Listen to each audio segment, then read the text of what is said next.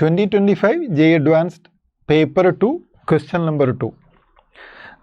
ഈ പേപ്പറിൽ നമ്മൾ ഒറ്റ നോട്ടത്തിൽ വായിക്കുമ്പം ഏറ്റവും ടഫായിട്ട് തോന്നുന്ന ഒരു ക്വസ്റ്റ്യൻ ആണിത്. ഇത് രണ്ട് തരത്തിൽ ചെയ്യാം. കുറേ മാത്തമാറ്റിക്കൽ റിഗറസ് ഇൻ്റഗ്രേഷൻ യൂസ് ചെയ്ത് ചെയ്യാം, അല്ലാതെ വളരെ കോൺസെപ്റ്റ് വളരെ സിമ്പിളായിട്ട് നമുക്കത് ചെയ്യാൻ പറ്റും. It's about 2 axial conducting cylinders. രണ്ട് സിലിണ്ടേഴ്സ്, കോയാക്സലായ രണ്ട് സിലിണ്ടർ, രണ്ടും കണ്ടക്ടിങ് സിലിണ്ടറാണ്. Length of the cylinder is given as L. റേഡിയായി ഡിഫറൻ്റ് ആണ്. ഇന്നർ വണ്ണിൻ്റെ റേഡിയസ് √2r, ഔട്ടർ വണ്ണിൻ്റെ റേഡിയസ് 2r. ഇന്നർ സിലിണ്ടറിലെ ചാർജ് തന്നിട്ടുണ്ട്, അത് Q ആണ്. ഔട്ടർ വൺ എർത്ത് ചെയ്തിട്ടുണ്ട്.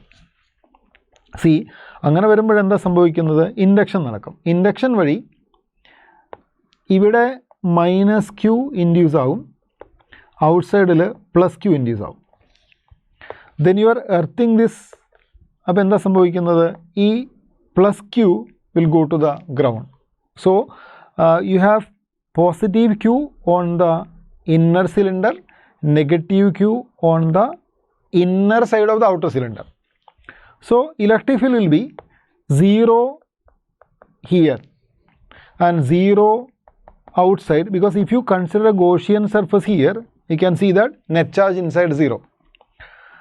പിന്നെ ഫീൽഡ് ഉണ്ടാകുന്ന എവിടെയാണ്?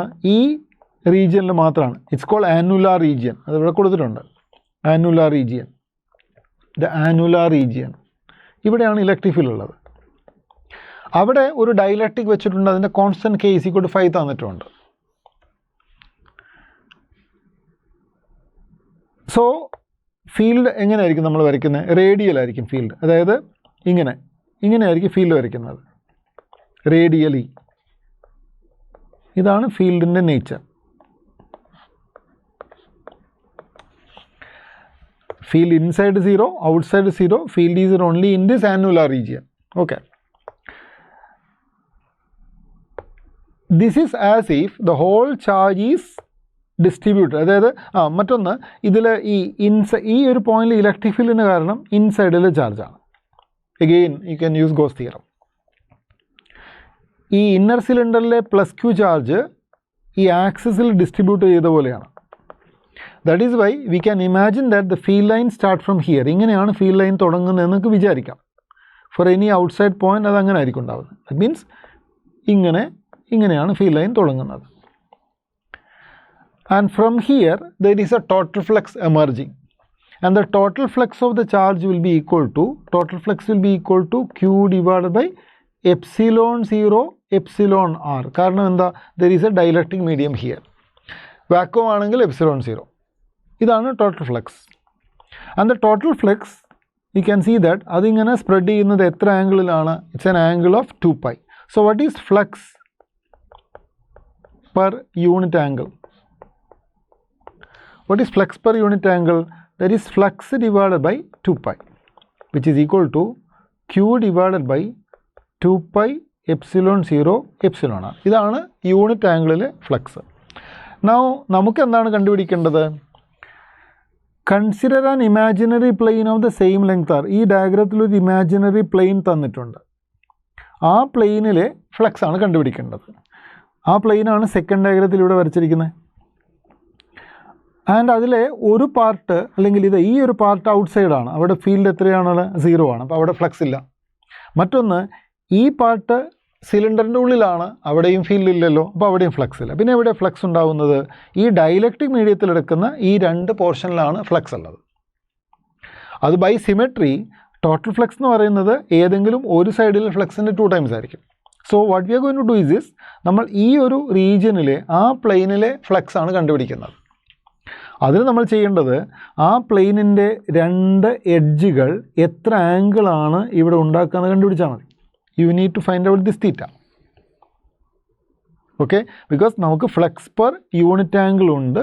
അതിനെ നിങ്ങൾ തീറ്റ കൊണ്ട് മൾട്ടിപ്ലൈ ചെയ്താൽ you will get the required flux. Flux required equal to flux per unit angle into angle of the region. ഇനി നോക്കുക, രണ്ട് സൈഡിലുണ്ട്, അതുകൊണ്ട് അതിനെ എന്ത് ചെയ്താൽ മതി? *2 ചെയ്താൽ മതി. That is your solution. Now how to find the angle? So this is the solution that we have. ഇനി ആംഗിൾ കണ്ടുപിടിക്കണം. For that we can just use geometry. See this. If you draw a line from here to here, like this one, horizontal axis വരച്ചു, then you can draw an angle line here. Then also you can draw a line to this point. അത് രണ്ട് റേഡിയസുകളല്ലേ. ഇതിലെ ഈ radius √2r ആണ്. This radius is 2r.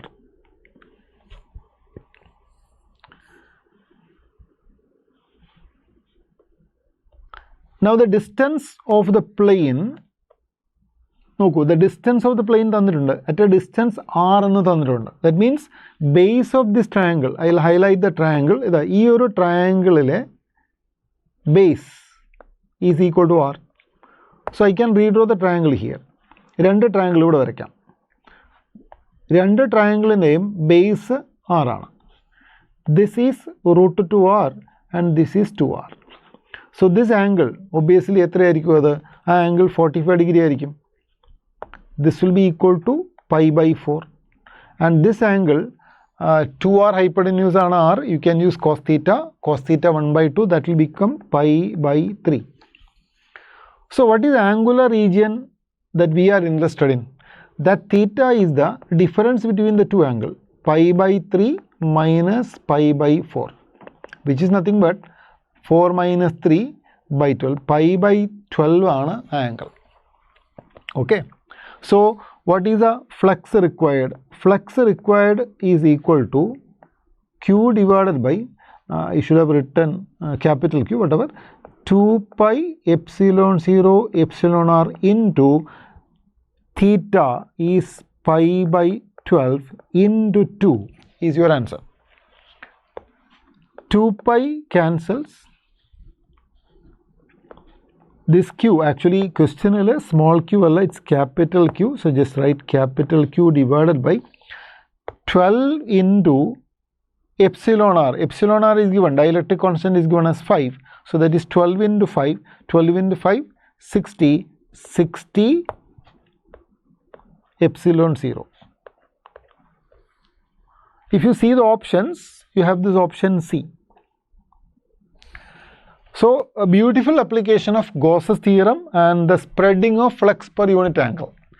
ഇതിൻ്റെ പ്രത്യേകത സിലിണ്ടറിലെ ചാർജിന് it's like a linear charge distribution along the axis. അതിനൊരു സിലിണ്ടറിക്കൽ സിമെട്രി ഉണ്ട്. So you don't have to go for the solid angle. You can just take the plane angle and take this answer. ആ ഒരു ആംഗിളിൽ നോക്കുമ്പോൾ ഇത് എളുപ്പമാണ്. But otherwise, if you go mathematically, finding the electric field and using the basic definition of flux, it can be a little complicated. Thank you.